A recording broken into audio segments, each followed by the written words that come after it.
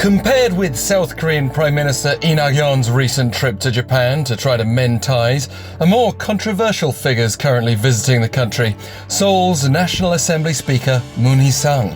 Even before leaving for Japan yesterday, Moon was having a tough time over past remarks. So what's going on, and is he guilty of being undiplomatic or just speaking on behalf of elderly victims still suffering from Japanese colonial rule, which lasted from 1910 to 45? So, Assembly Speaker Moon has spoken up before on Japan's past sexual slavery, but he got a lot of attention over the weekend for insisting that Tokyo's colonial-era sexual enslavement of tens or even hundreds of thousands of women still requires a sincere apology.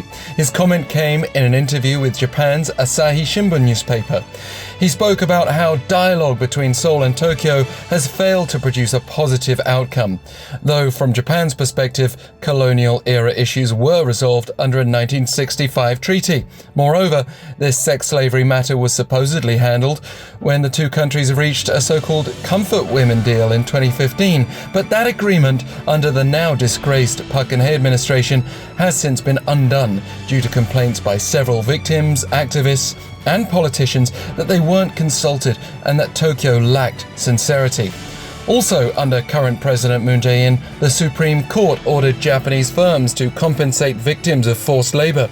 These moves apparently prompted Japan to tighten trade with South Korea, and we've seen relations sink to such a low ebb that Seoul's set to allow a military intelligence sharing agreement to lapse later this month, and a Moon-Abe summit looks unlikely. So that's why Prime Minister Nak-yon's visit was important, not only because he met with Abe, but also because he attended the enthronement ceremony for Japan's Emperor Naruhito.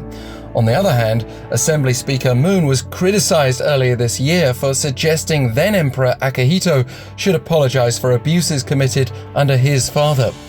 In his latest interview, Moon said he was sorry, but he was also already due a frosty reception, with a planned meeting with Japanese lawmakers cancelled before his departure.